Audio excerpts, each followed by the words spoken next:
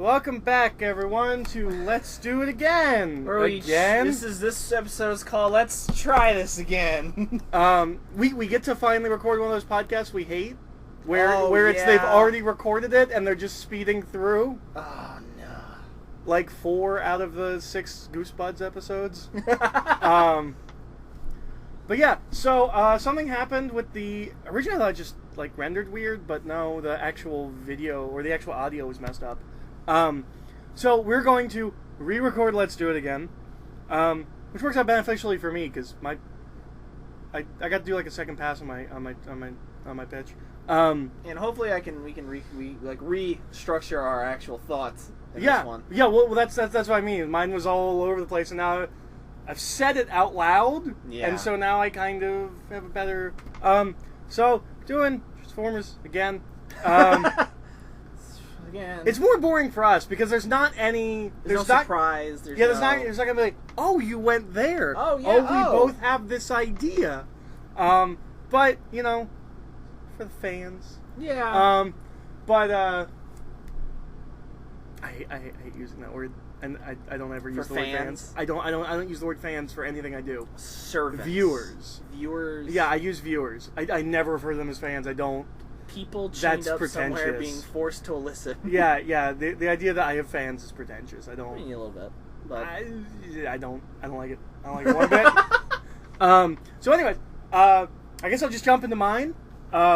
Which what did I settle on for the title? Age of Revelation. Yeah, Age of Revelation. Because my idea would be that it would be, if it's gonna be like a trilogy, we'll do like Age of. We had Age of Extinction, which was nothing about extinction. And we'll have Age of Revelation, which might have some revelations. And then we'll have like... You can't really top Age of Extinction. I feel like Age of Extinction is your Unicron movie, right? Like, yeah. Like, what do you... Age of Apocalypse? Well, it's about the dinosaurs. Age of Ultron? By the metal. Right? They got extinctioned at the beginning? Yeah. It'll be Age of Extinction, Age of Revelation, Age of Ultron. That'll be my third. That'll be my third one. So, as you know, what would Bob, Ultron transform into? Well, originally it's a big trash can thing, right? We would just turn like a big trash can. A dump truck? Yeah, it's probably like cool. That original Ultron. That's actually his ult mode. That'd be neat. He just doesn't ever. It's a headmaster. Yeah. I had an idea for headmasters that I didn't use. I couldn't make it work because headmasters is a stupid concept. I couldn't make it work without making it funny, where it's like you hear like the bone crunching as the human's body changes into a head. But so anyways, so my pitch has 2 parallel, as you know, Bob. as you know. My pitch has 2 parallel storylines, that will kind of intersect at the end. Mm-hmm. I'm gonna run through one of the storylines, and then I'm gonna run through the other. But if it was a film, it would cut back and forth. It's just in just pitching it, that's harder to do. Yeah. Or it's more nonsensical. So on one side we have Optimus Prime. We'll open with a big Optimus Prime speech about history and lies and how things distort over history. Like really something about just how the further away we get from things, like our understanding of them become more and more simplistic, and then that changes what the event is moving forward, like as we know it. Like the Spartans, like 300 is a major like military failure. Like it is not a big deal at all. Mm-hmm. It's a small part of an entire event, and they just die. They lose. They don't hold them off. There is no big triumph, but we remember it as this great stand. So many more people went there. Yeah, it was way more than 300. Way more. So yeah, that's kind of playing with ideas like that of just how history kind of distorts and changes things. We have Optimus Prime. I'm gonna say some time has passed between the films, between 4 and this one. I don't know how much time, a couple of years. But basically, Optimus Prime did in fact find the creators, which are the Quintessons. In my head, I can't reconcile that fleshy hand with the Quintessons. Like, no matter what design they do, it's wrong. Yeah. The Quintessons are floating heads, and they have tentacle minions. There are no fingers involved with Quintessons, but we'll just say that the pink fleshy hand was a Quintesson. He found them, And they just kind of imprisoned him. In prison, Optimus is celled with Alpha Trion. So I changed it because I got in trouble for my last pitch. I had Thundercracker, and apparently, I'm sorry, I read the Matrix Quest 10 years ago, and I missed. Apparently a walking holocaust. So now it's Alpha Trion, which actually makes more sense. But he's housed with Alpha Trion, and this prison is like people from all over. It's like a slave labor prison. Yeah. Like, it's not just like a prison. It's like they got him out in the yard, breaking rocks or whatever. Space rocks. But so I decided to change to Alpha Trion because it makes more sense. Alpha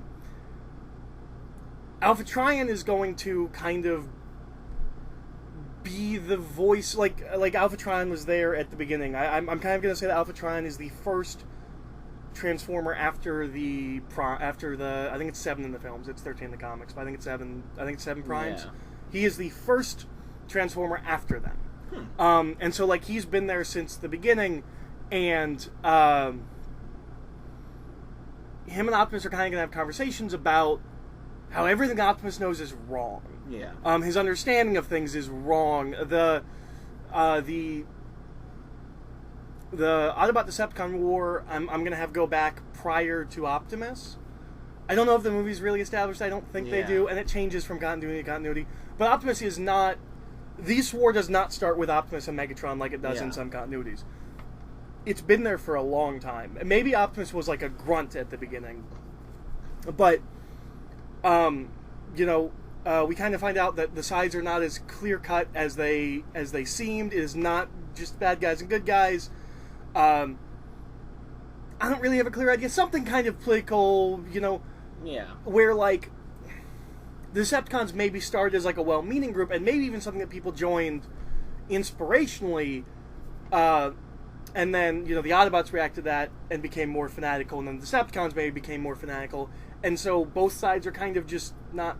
They're both kind of bad guys. Yeah. And this is reflected in the fact that Optimus is like a murderous sociopath, and maybe have Optimus like reflect on that, and be like, oh my god, what have I've murdered so many. He just wanted peace, and I said there would be no peace. He told me about the insect thing. So yeah, Optimus has this real, kind of thinking about who he is. And they stage like a prison break. This part's still very they stage like a prison break. They kind of blow things up and they escape. And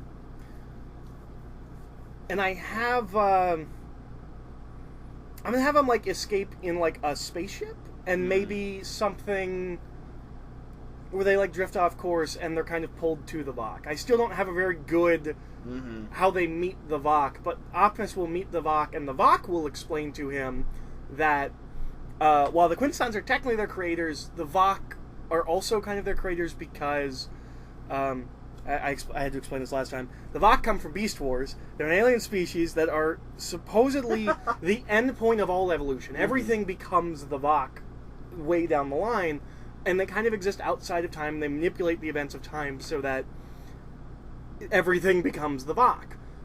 So here the idea is the Vok tell Optimus about Unicron, and Unicron is God or the devil, a massive force on a scale unparalleled, more than like Galactus. Like, he's really important. Yeah, and something happens so that he's been put away for a period of time. Like, there's a reason that he hasn't shown up until now. Maybe he was just off in a completely different part of the universe. But they take a piece of him, and that piece becomes the Allspark, the Cosmic Cube, and because the Cosmic Cube, every time we see it make something, not Cosmic Cube, it's just the cube. Yeah, the Allspark, the cube, they give it to the Quintessons to make Transformers. Yeah. And I want to maybe have it be like, clearly from the Quintessons' point of view, they were making like a transaction and getting like a way to build like an army or something. Yeah. Whereas the idea of the Vok was, well, they will make beings that are built from this being, and if anyone's going to be able to stop Unicron, it's going to be beings that are from his DNA. And so the entire war of the Transformers, it becomes pointless because their whole reason for existence is to essentially be like the immune system of the universe against the virus of Unicron. And so Optimus is like, oh well, I have to warn. I have to warn them. And also something Earth is important. Yeah. I don't have anything because it's dumb that everything happens on Earth.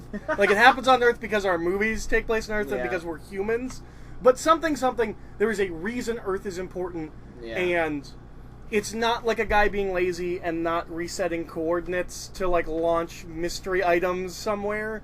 It's, for some reason, things of immense importance are drawn to Earth. So that's one storyline that would interweave between this other storyline, which is we're on Earth. It's been a couple of years, and it's kind of like a Mad Max world. Not necessarily a wasteland, but Michael Bay likes to shoot in deserts. But it's just kind of an anarchic. Is that the word? Anarchic. Would that be an anarchy society? Like an anarchic society? Is that word? Mass hysteria. I'm just gonna go D&D. It's it's anarchic. Anarchic. Sure. Mass hysteria. Anarchic weapons, axiomatic weapons. In between the films, the humans have gone to war with the Transformers, and then people found out that Galvatron and a lot of these new Decepticons were built by not Apple, which was funded by the government, and so. Then nuclear warheads got released, and maybe other countries like Russia and China and probably one of the Koreas. Not going to name names, but there's one of them that would start stuff. It's good with safe. They'll think we're talking about the other one. Yeah.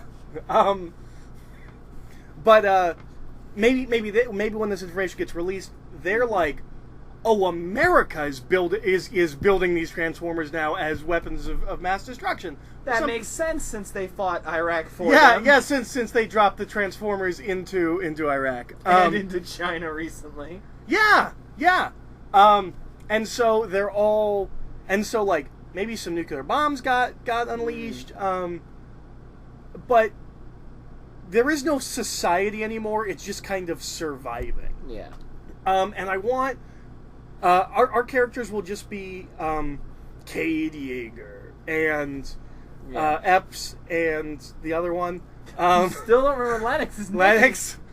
I keep wanting to call him something else. There's another name that Linux. I keep wanting to call him Linux, and I know that's wrong. Epps and Josh Duhamel. And Josh Duhamel. Epps and Josh Duhamel and Cade Yeager. And Cade Yeager's daughter and her boyfriend. And the charred corpse of their friend. And there must certainly be a scene where, because her boyfriend's name is Shane, there has to be a scene where he goes off, he goes off to war, they're like, come back, Shane! Shane, come back! Anyways, I love how I remembered that scene wrong for years. I remembered it like he was a dog. Like, get out of here, Shane! I don't know why. That's the exact opposite of the context. Also, he might be dead, so that's just mean. Anyways, I can tell you about the thing with the D&D commentary after we finish recording. But not D&D, Vampire D. Anyways, so they're on Earth, and it's all about survival. And I want to have, as we travel through places and we kind of meet people, maybe they're doing runs to get people that are caught out in the kind of like Terminator, where there's that bunker where just everyone lives and it's awful. Maybe these are the people that are going and doing runs and getting and bringing in survivors and things. And I want to have to kind of, because I realized when I first did my pitch, I had this idea of historical revisionism throughout time, and it's not echoed in any way in this storyline. So I want to have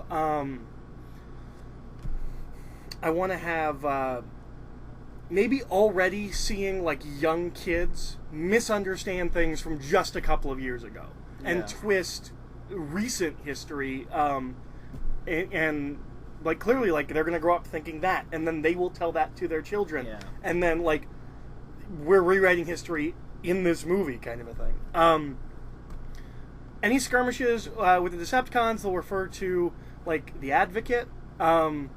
There's someone that is working with Decepticons that is feeding them information named the Advocate. Oh, I forgot. Yeah, I was so passionate. You were happy about. I was so passionate the first time, and I got it out of my system. The opening shot of this movie, Optimus Prime has his speech, and then it cuts to Bumblebee is just put on his knees, military style, back of the head, boom, murdered, and in the most gory, like mechanical, Michael Bay like violence porn, because these movies are full of that. Just his head exploding forward, open towards camera as the bullet exits his skull. Bumblebee is just dead at the beginning of this movie. He's just not here. And maybe a line by like the Executor, who's probably Swindle. He something about like, you know, for the Advocate or something like that.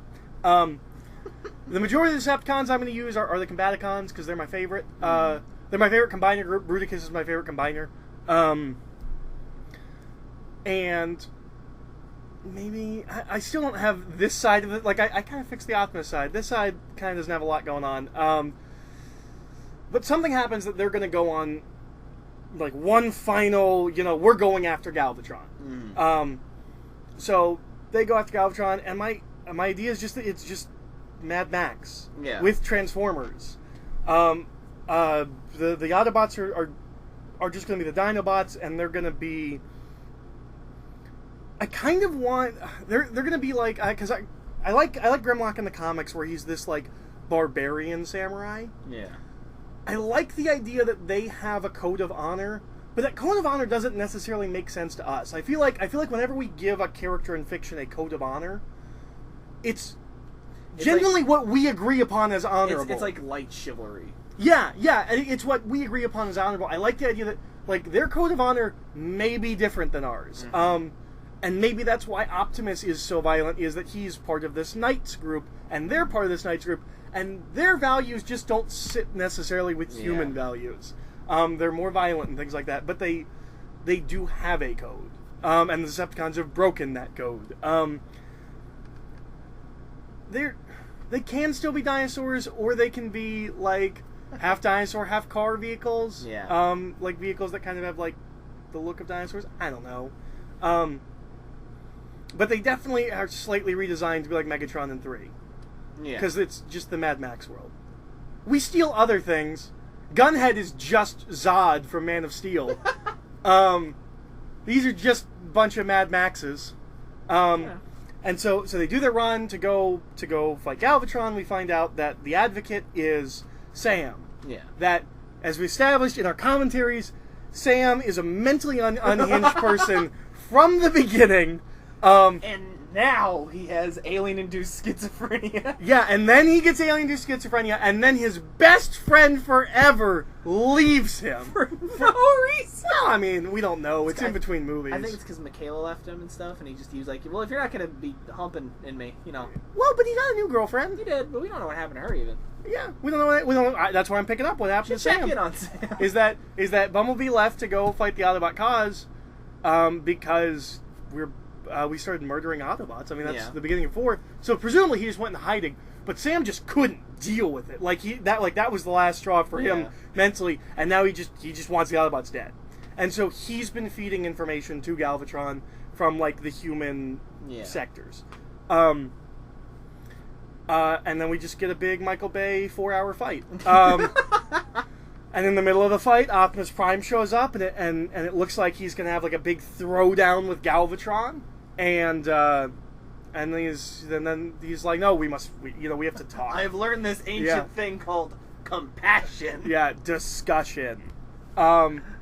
Restraint.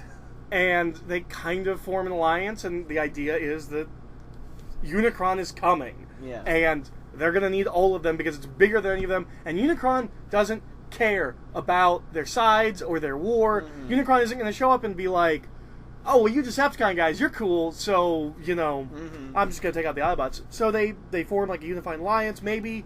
I've always liked the idea that they stop calling themselves Autobots, Decepticons, and just start calling themselves Cybertronians.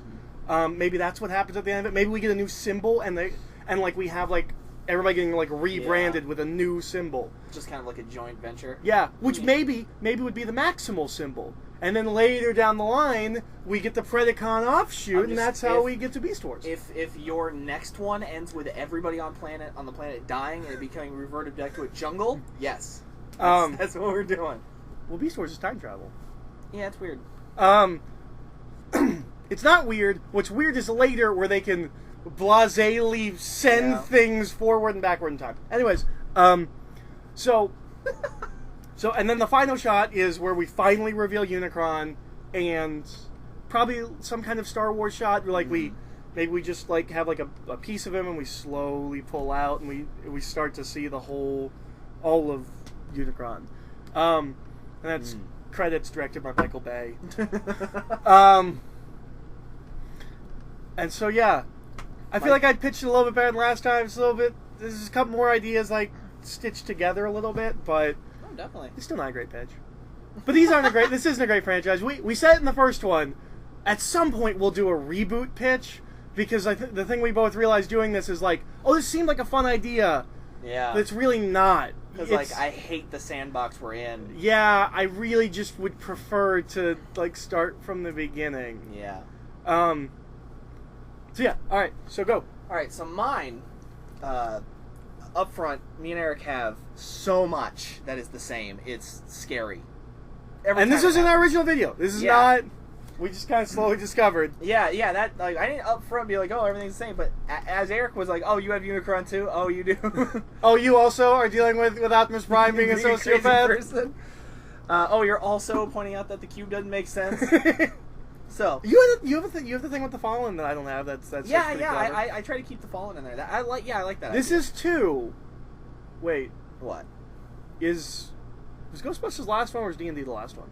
D&D. Okay, so we didn't have 2 in a row where we had kind of similar pitches, and there's no way our next pitches will be similar. No, yeah, definitely not. Yeah, just to let everyone know, because I record this, I already know what the prompt is. There's no surprise. It's not gonna be a surprise. It's not. I'm not gonna be like, oh, that's an interesting idea.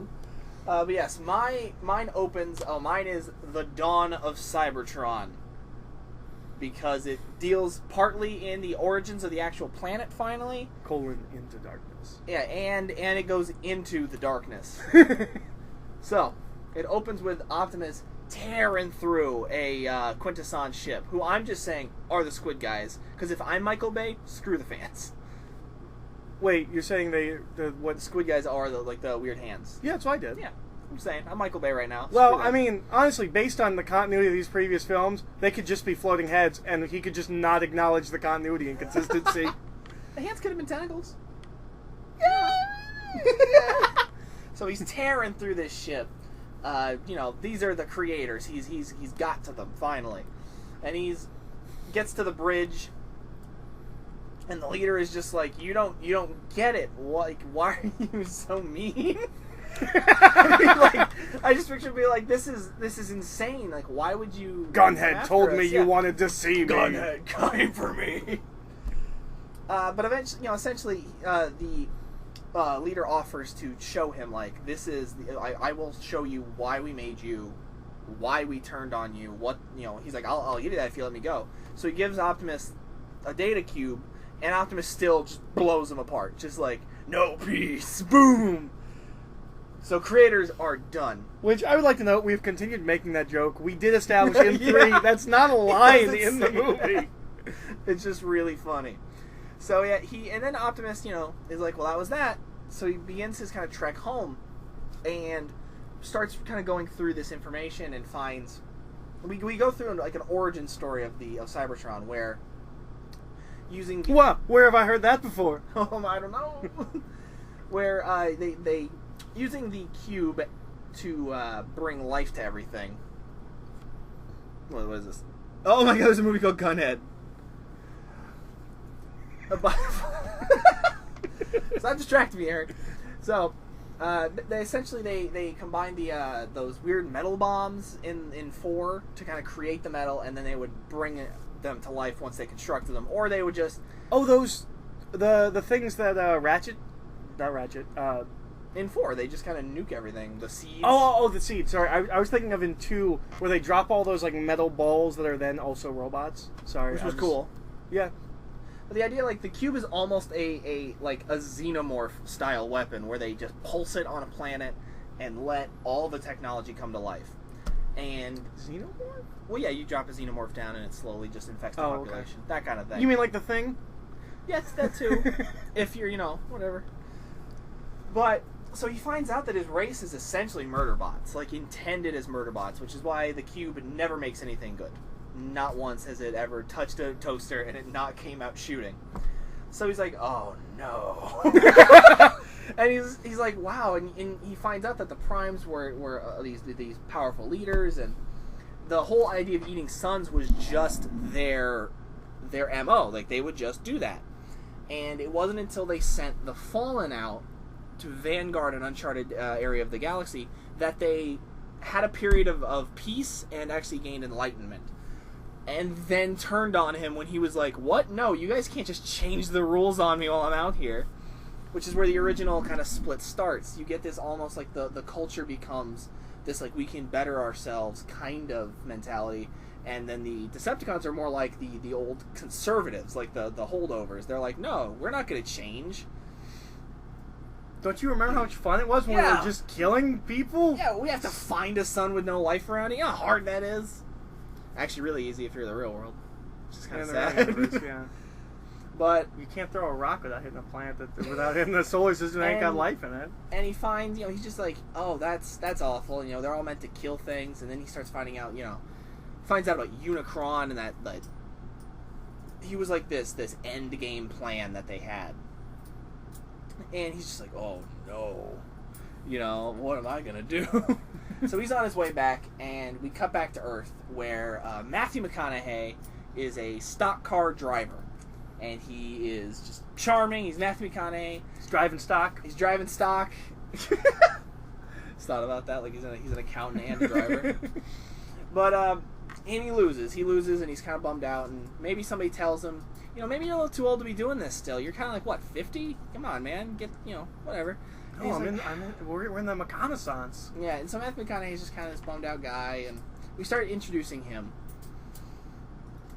Now, the Autobots are still running around with Cade and his family, and they're still pretty much the group we left off with, of Bumblebee, Hound, Crossfire, Crosshairs, and Ken Watanabe. I wish his name was Crossfire. And every time he showed up, there would be that song. Crossfire! Go Crossfire! Get going to Crossfire! So yeah, they're still tooling around, trying to hide. The governments are in full... It's Drift, by the way. Ken Watanabe's Drift. That's it. I'm glad I just got the Asian guy right this time. What did you say it was last time? I don't remember. Or was that during one of the commentaries? It was during the commentary. I said the wrong guy. Yeah, and I was like, no, man, that's not an Asian guy at all. But oh no, that was during the D&D one. Because I think it was Chow Yun-Fat. I said Chow Yun-Fat, and you thought it was Ken Watanabe. Yeah. Maybe, I'm not sure. But so they're hiding because all the governments are trying to chase them down. Nobody has gotten the Dinobots out of China since then, but the Dinobots haven't moved on anybody yet, so they've kind of just been left alone. So the Autobot, in hiding. There's not much to really go on there. They're just kind of spouting their one-liners, hanging out, avoiding stuff. Hey, you remember the time I said, you're too ugly to live? And I shot him? Yeah. Yeah. I do add a Decepticon medic who, in the last one I explained, I was looking for a cool Decepticon medic, and there are none. There is just a guy labeled Decepticon medic who is a blue Megatron. Like, blue G1 Megatron, and that was a letdown. So... He is a Decepticon medic named Sawbones, who is an Osprey helicopter, which is one of those weird helicopters with the arms and the two blades. He's just there. He's grim. He doesn't fit in the team very well, but they needed a medic. He's the only one keeping them put together. Plus, he doesn't really like that the Decepticons are now weird liquid cube goopy guys, because they're not natural to him. And then we kind of cut over to, we get a little bit of Sam. Sam's just kind of like, whatever, you know. I like to assume, like, Lennox meets with Sam. And he's like, so where are they? Do you know what happened? He's like, I haven't seen Bumblebee in years. Like, I don't know what... I assume he's just living with John Turturro and Dutch at this point. Like, yeah, probably. So they're like, well, I mean, you know, we're trying to... This is where I kind of build that Lennox and Epps, because I realized in my last pitch, I forgot Lennox and Epps entirely. Well, and I just forgot in repitching, I had Dutch and and what's his name in my original pitch, because I had what's his name? Who's the other one? Dutch and John Turturro. Yeah, John Turturro, whatever his name is. John Turturro. I had John Turturro be the one that kills Sam. Oh yeah. Because as we've learned, like, Transformers can't kill humans. Only humans can kill humans. So John Turturro's the one that kills Sam. But yeah, so you find this is where I kind of hint that, like, Lennox he's like, well, I'm working on helping out. Like, I'm trying. I actually make him in charge of my hidey hole for Transformers on the Run that I introduce, which is what happens eventually, where we get to a full out public attack, kind of, by Galvatron and his boys. And they're just kind of raiding stuff. They're trying to get his boys. They're raiding a warehouse. And I'm gonna make it the company from 4. And they get away clean. The government Transformers gets Apple, whatever. Well, they find there is a piece of the spark, or the cube, and because there's just pieces everywhere apparently. So I was wondering, like, in 2, Sam just has it on him. Yeah, and that was weird. So he's like, they're going after pieces of. Well, it's like glass. It broke, and just all over the world, just like, is this cube? Is this cube? Ow! Is that cube? Oh, my toasters! So the Decepticons are collecting all of my toasters. These pieces of the cube, and I also use. I have the Combaticons. That's his new gang of people. Yeah, the first time we recorded this, that was a surprise. We were both like, "Oh, we both have the Combaticons because Bruticus is cool." I also have Nightbird, who's a kind of like an obscure Decepticon, but I made him a predatory drone, and I like the idea he's a little ninja. Because there's always a tiny Decepticon running around, so I was like, I need one, yeah. And I bring Barricade back, who's like hardcore Decepticon loyalist. Like, actually address the fact that he's been in all 4 films. Yeah, he's like, surprise, surprise, the last. Where Decepticon. have you been, Barricade? I was in every fight. I was there too. It wasn't just you guys. Just because I ran away first, The only one who made it through all 4 movies. You've died twice, Megatron. So, we're starting to build this up, but now public attacks on U.S. soil build the hunt a little harder. And the Autobots kind of like, oh my god, what are we going to do? But we smash cut back to McConaughey, who's really the star of my pitch in my brain. Which in my you heart. said the first time and then forgot about it. Because, like, again, in our last pitch, we explained I was in a hospital while my child was being born the whole Cade week. Yeager. Cade Joseph, not named after Mark Wahlberg in this movie. But he's kind of a star, and the government kind of comes there and starts looking over all the cars, and then you find out that his stock car is Hot Rod. And he's like, we gotta get out of here, and he runs, and I made the joke last time, but I'd love it. It made me laugh too much of him being like, you're a Transformer? He's like, yeah, why didn't you tell me? Well, because I'm in hiding. You could at least won the races for me, I didn't have to look like an idiot. And he's like, well, come on, I have a place. Do you remember what Hot Rod looks like this time? Yeah, he's red. Yeah. I have to train myself because I keep thinking of Hot Shot. Hot Shot. Shot Prime. Shot of his prime. But so he brings them to what is essentially a bar that's inside of a military gunship transport, like one of the big planes. Who is another Transformer that I've just made up because I like the vehicle idea. I feel like you don't have to make up Transformers. Like, you could find that one's someone. not in there. You could find someone. No, and just no. be like, well, now they're I don't want a bomber. to. No. You're lucky I didn't just take all these Transformers we know and love and change their names to dumb names. like Dino. Like Dino. Oh my god. And Q. Q. So he's a big Transformer, and it's almost a bar and hideaway run by Lennox and Epps for all these Transformers. It's and like Casablanca, except for Nazis. And you'll get Hot Shot. I think I did Wheeljack and Six Shot. I had Six Shot. Yeah. Because you had Wheeljack. Because I was like, wait, Wheeljack was right, and you were like, no, that was Dean. No, that was Q. That wasn't Wheeljack. And Thundercracker, who is just a blue Starscream and is a big wussy. Just a big, like, kind of stays in the bar all the time, never really goes out for anything. Everybody just kind of leaves him alone. And he rambles a lot. Depending on who's in the room, too, he argues either side. Like, just, he's like... Whoever's winning the argument. Yeah, of course, yeah. And you're like, God, I hate you, Thundercracker. Nobody likes Thundercracker either. They're like, get out of my face. So they're just like, well, what are we going to do? It's like, I don't know, we're just going to lay low, you know? We're going to have to figure this out. It's fine. Whatever. And it kind of builds to... that's kind of my first act. It's just kind of like, where is everybody? What's everybody doing? Leading into the second act, which is where Megatron... You gotta stop talking that way. Talk into the mic. You talk to an imaginary person. Because I know it's because you don't want to make eye contact. We already did this once. It's awkward. But so he kind of reveals that I bring back the weird Van Helsing Cybertronian babies that are on Jupiter or wherever it is.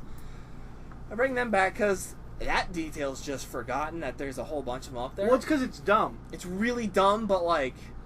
And it also suggests actual breeding, which is weird. Yeah, which is really weird. Like, what's going on with... what's going on with Cybertronians? Well, they have testicles. We know that. They do.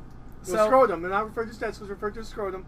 So, yeah, they and maybe, you know what, I think I'd add a few Decepticons, and they'd all die in the beginning fight where he takes the spark. And that's where I bring in the information where he says, everybody, like, that I've named, all the Autobots that are... And every surviving Transformer, he's like, that's it. Other than that ship up there, the Fallen ship, that's it. That's all of us. Like, we're done. Like, we need to not... He's, like, frustrated, and he's... The fight's been knocked out of him, essentially. Because I said it last time, too. I wanted him... I characterize him based on that scene in 3, where he's just defeated in the alley, but he's, like, really relieved that his planet's saved. And it's really out of character, out of nowhere for him. But that's kind of where my Megatron is at this point. Is he's just kind of like, I'm done. I don't want to fight anymore. I just want to live at this juncture. So they plan a raid on that place. But he's like, well, we need some stuff. So they go to get what he says is probably the last piece of the spark, which he would at this point, because I forgot about it, then I said it, and then I said this would probably be where it explains it later.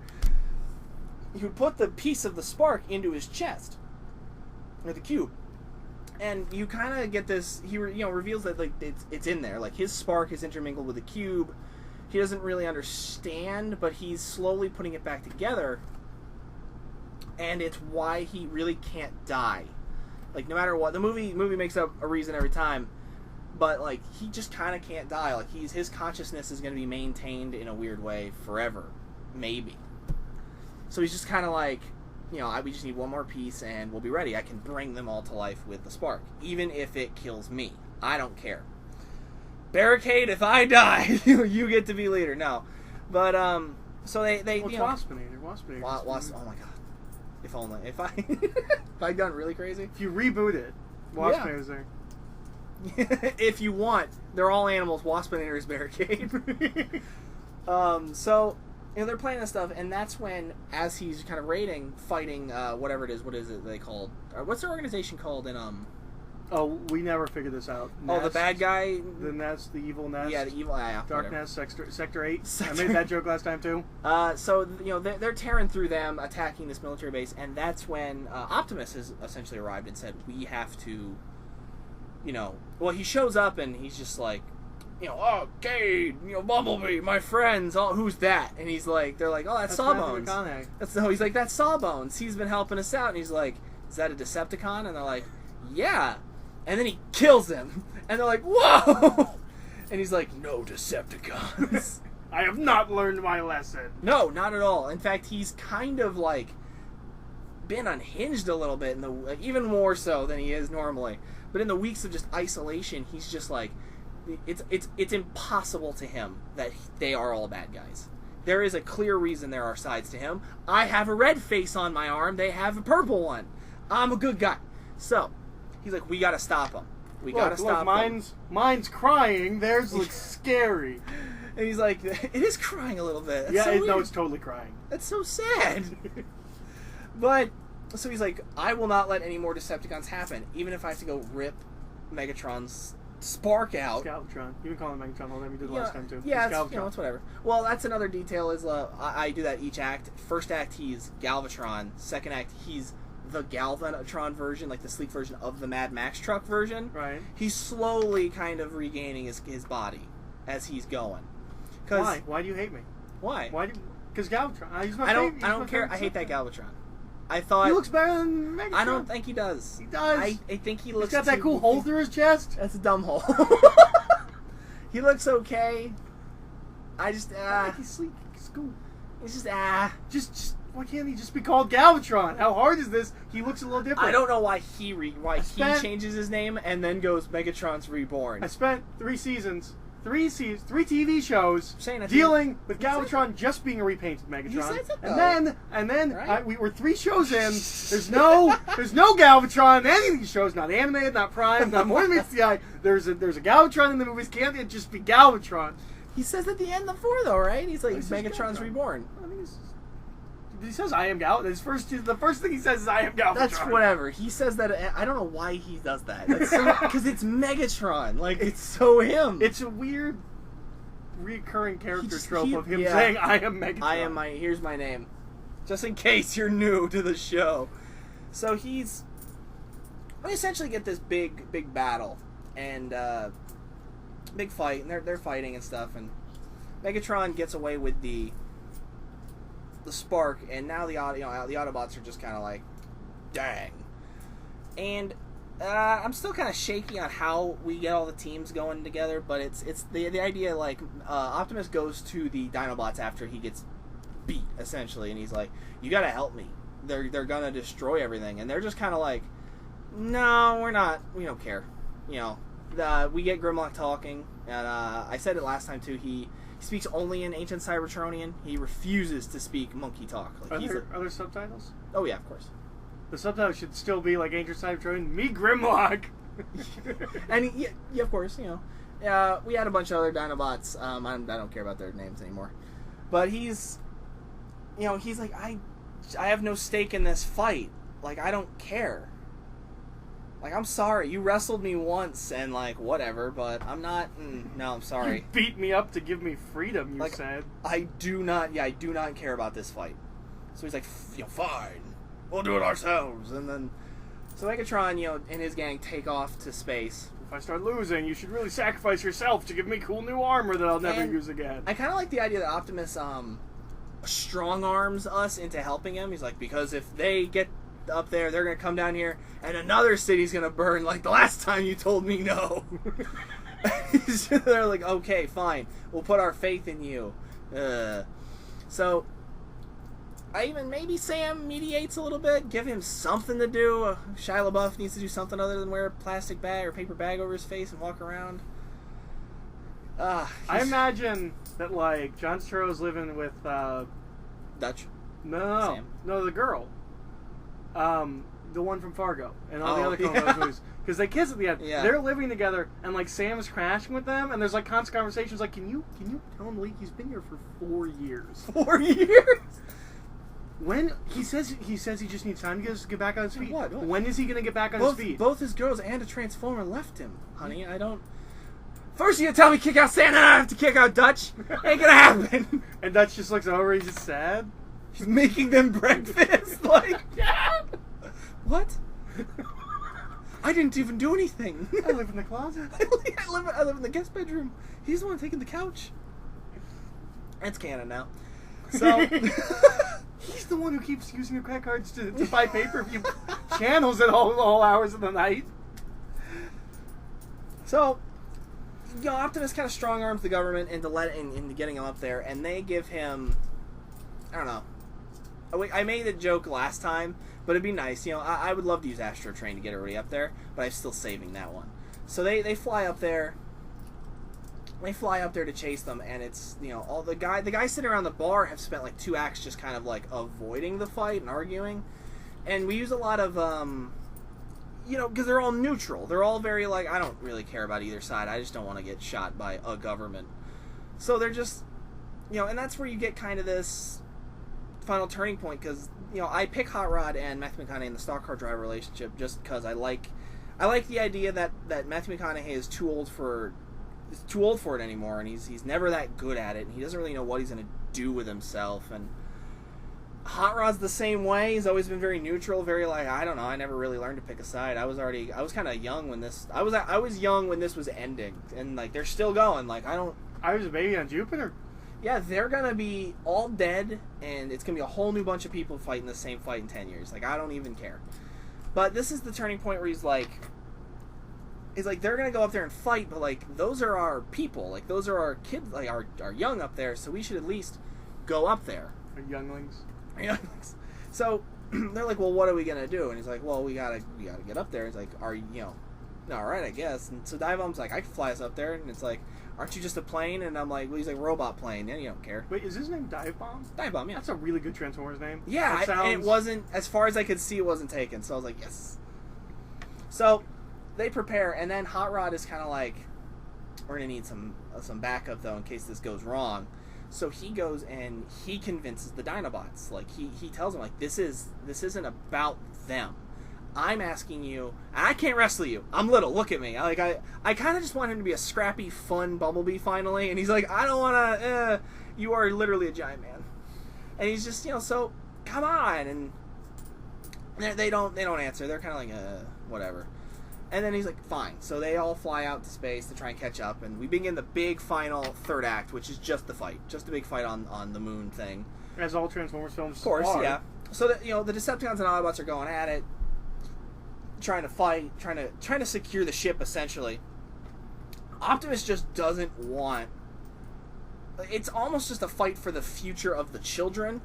Optimus refuses to acknowledge that that Megatron has a plan farther than win. Yeah, than win. Like he doesn't accept the fact he's just like no, the Decepticons cannot have the future of our race, which is why he's so because there will be no future. Yeah. They don't have plans. Yeah, and Megatron's like no wait I have these policies. Yeah, healthcare, dental. Yeah, and he's kind of just like listen, I get it. Yeah, that's the idea too. Megatron's like listen, I've always thought of the race first. Even when I was going to kill all of them, like the insects on Earth, to build our home again, that was the intention. And now we don't have a home. So, what do you want from me anymore at this point? I'm not pointing fingers, but it's kind of your fault. Yeah, it's kind of your fault. Blow up our planet? I mean, Bumblebee did, but... Bumblebee did, but where is he? That was Bumblebee. That wasn't me. So, yeah, we get this, fighting, and then Megatron essentially goes to the door, and he gets inside. And that's when the Combaticons do their big thing, and they're still the human-made ones, so it's just kind of they swirl together and then are a big transformer, so it can look like whatever we want it to, and not a big. It just looks like one big robot. Yeah, it doesn't look like some big dumb construction machine. Mine combines into not a big. Yeah. It doesn't look like the movie Devastator. It looks like Bruticus. Yeah, which it should. Yeah. So he starts wrecking the Autobots, and they can't even fight. We probably kill Nightbird. Not Barricade though. He makes it. Barricade makes it. Well, Barricade. Actually, no. I do say this. Barricade. Yeah, you said Barricade dies. Barricade does die. Barricade gets the noble death. Barricade actually saves the day eventually here. He steals it from Optimus. He gets the noble death. Yeah, he takes what would have been. Yeah. So the fight's going. Bruticus is just wrecking it, and then that's when the Dinobots riding Astro Train would come slamming down in, and I don't know, Sammy Hagar's Heavy Metal is playing, just going crazy. So the fight's just this huge three-way battle, but now the rookies are there running around trying to run damage control. They're mostly dragging people away that are blown up, like Crosshair's like, oh, my legs got eaten by a T-Rex. I'm like, all right, we'll put you behind this rock, come on. So they're trying to run across, and Thundercracker's complaining the whole way. He didn't even want to come. So they make it into the ship, and it's just Optimus and Megatron are just fighting.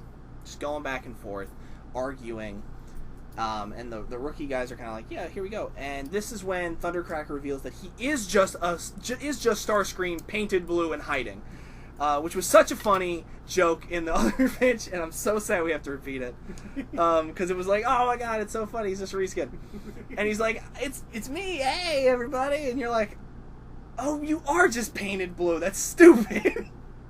And see, that's funny, because originally, when you said it, I pictured it as like a blue Starscream, and after the pitch, I picture it as like spray painted with like streaks, like it's really obvious. Yeah. Like in retrospect, you're like, oh my god, he's just been sitting there. Like, I'm totally not anybody. So, they start helping, they start doing stuff, and you slowly see the sides change. Where you see the Autobots are kind of losing, and the disagreements come full bore. There might be some infighting with the rookies, but I don't remember much of the details. It all just kind of comes down to this ending fight finally turns into the intro ending fight from the animated movie, kind of. And a joke Eric made, which is canon in my pitch now, is that You Got to Touch by Linkin Park starts the entire time. just blasting, it's terrible, and they're fighting. Except, and the fight's going, 6 shots probably like, stay out of there, Hot Rod, that's Prime's fight. Why has no one done, like, a video, like, why hasn't, like, Robot Chicken or somebody done a video where it's movie Prime? Like, murdering people? And it's You Got the Touch, but, like, was like a question mark? Was like, you got the touch? You got the power? So it all builds Give and me builds. your face. So it all builds and builds, and then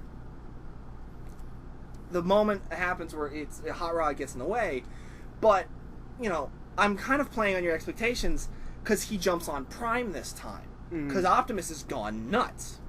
And he's like, no, you gotta stop. Like, you're not helping. He's like, look, you've literally caused so much damage. There's you're hurting eggs. Like, you're crushing babies right now. And it's like, this is crazy. And it comes down to Optimus goes to kill, I don't remember how I killed Barricade the last time. It wasn't this moment. But Barricade would die heroically and sadly. Probably saving eggs. Something like that. Like, he's like, Optimus, come on, man. This is, like, war's over. This is about survival. And then he would, like, give me your face. I'll show you how to survive. And he rips him in half. Well, Megatron takes the Optimus hit for Hot Rod. Like, you're like, oh, he's even taking the hip shot and the chest shot. And he's like, he's protected this little guy. And Optimus is like, now you're gonna die. Because that's what I say. And that's when No. Picks him up and he goes, wake up. Time to die. Time to die. And then he's... you know what I totally forgot? What? In my pitch, at the very beginning, you find out Megatron is a knight of Cybertron. Oh, yeah. Which is why the brothers line is in 1. That was like a big deal. Yeah. So, it all builds and builds. This huge fight's happening, and Megatron's like gonna die, and he's like, why? Just wanna... And Optimus is like, because I need all the Cybertronians I can get. You don't know what's coming. I do. And he's like, that's why we were fighting? Who got the eggs? We can both have the eggs. This wasn't about sides. And then he goes to kill him. And, Hot Rod shoots him up. I could probably kill Barricade here. Barricade tackles him to save him and gets murdered, saving Megatron. And that's when Optimus goes to kill Megatron again, the Matrix actually rips out of him and goes to Megatron. You had something with that earlier, too, in your first pitch. Yeah, I did forget to say that. The entire, No, but this is better. Because last time it was... Well, last time I accidentally killed him too soon. No, you had, like, Optimus does something. Yeah. And the Matrix came out and became dust. And then, like, you just kept going, and, like, then they went to the moon, and then you're like, and then the dust comes up and becomes the Matrix. It works way better if it's just at this moment it's out of his chest. But the entire kind of plot is assuming that slowly the Matrix is leaving him, and he is, like, he's dying. Like, he's losing his mind a little bit. So he loses it, and he starts kind of dying, because he just lost his, like, the only thing keeping him alive after his last death, and it goes to Megatron, who is now reborn fully in Megatron mode. And Megatron just, kills Optimus. Like, they kill him. And then they bundle everything up, and the Autobot survivor, anybody that was, like, Autobot, like, loyalist, bails. Like, they are not sticking around for this. All the Decepticons that are surviving kind of walk out, and any of the rookies that join sides, probably Starscream, right? Like, they walk out. Didn't he die? I thought he died in your bit. No, I don't kill him. He's funny. It's funnier this way. I was even thinking, like, what if, like, this is the point where Megatron's like, is that you, Starscream? He's like, yeah, it was me the whole time. Look at all the friends I brought. And he's just like, all right, so this is, like, for our people, we're going to bring him back. And they come back, and he just tells Earth, like, listen, I'm not looking to fight you. I never was. I want my race back. And then he's like, get ready to breathe. And he's like, there's something worse on the way that we have to get ready for. So the movie kind of closes on this, like, you get a new... They're not Autobots. Again, they're not Autobots or Decepticons at this point, but you get a new team of good guys that are like Megatron, Thundercracker, Hot Rod, and you're like, oh, cool, it's a weird hodgepodge team. And then, closes, goes to black, Linkin Park starts playing again. My after-credits stinger, though, is Unicron coming into our solar system finally, passing that moon, and reviving the now deceased bodies of all the, the Autobots and Decepticons into, various, goofy versions or something. But he gets Optimus and he makes him Nemesis Prime. And so you're like, oh, it's not... You're like, this is going to be cool, because it's not Galvatron leading them, it's a flipped Optimus now. And that's where mine would leave, and it would just, what would probably be the ending of both of our third films? Like, if this is a trilogy? Well, they beat Unicron, and then Unicron becomes the new Cybertron. You just live on Unicron? Yeah, you could. These big plans. Why not? And then they leave. Yeah. But and then the series is over. And then on the way, they actually time travel and they fall under. Yeah, and then they go back to prehistoric Earth, and there's the Vok. Well, actually, one of the biggest problems with Beast Wars, doing that, is that Beast Wars are small. Yeah. They can exist on Earth normally. We don't. These Transformers aren't. We'd also have to come up with an explanation for why they become small. Teeny tiners.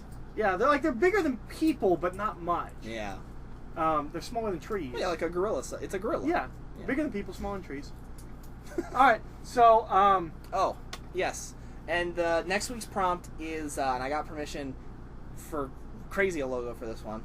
We are doing, essentially, we are pitching the next Kamen Rider season. Yeah, which is a self-contained series. If anybody doesn't know, Kamen Rider is... Each season is its own kind of plot. I think it'd be even funny. I think it'd be even funnier if we also then took. We had to also pitch a quick crossover movie with the next one or the previous one. I don't know. I thought it'd be cute, but just have a fun little. Oh, and my crossover film would feature this and be about this. I like the idea of real quick being and whatever the next series is, come up with that. It's like, and then Kamen Rider Dynamite. Dynamite. We also might have a guest on. Yeah, we'll probably have a guest. Mostly probably, which is one of our friends. So don't it's not gonna be somebody from Pollution. He just also really loves Kamen Rider and Sentai stuff.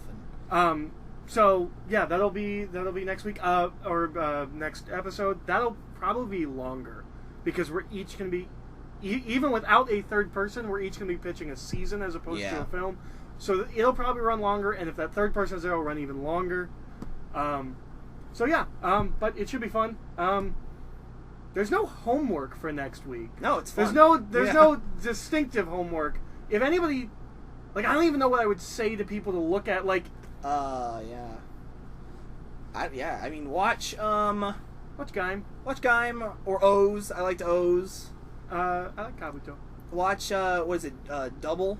Because Double's really good. The skull-faced detective guy. Yeah. Just watch it for him. He's in it for 2 seconds. The whole series is good. I have one of them, by the way.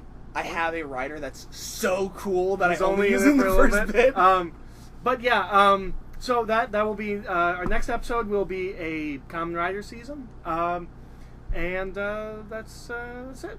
I was Eric. I'm Matt, and I hope this doesn't break again. Yeah, I hope this audio works. I hope this was somewhat enjoyable for people. I hope. Yeah. I feel like we did a pretty good job of re-going through our stuff. Definitely. So yeah. Goodbye, everybody. Bye.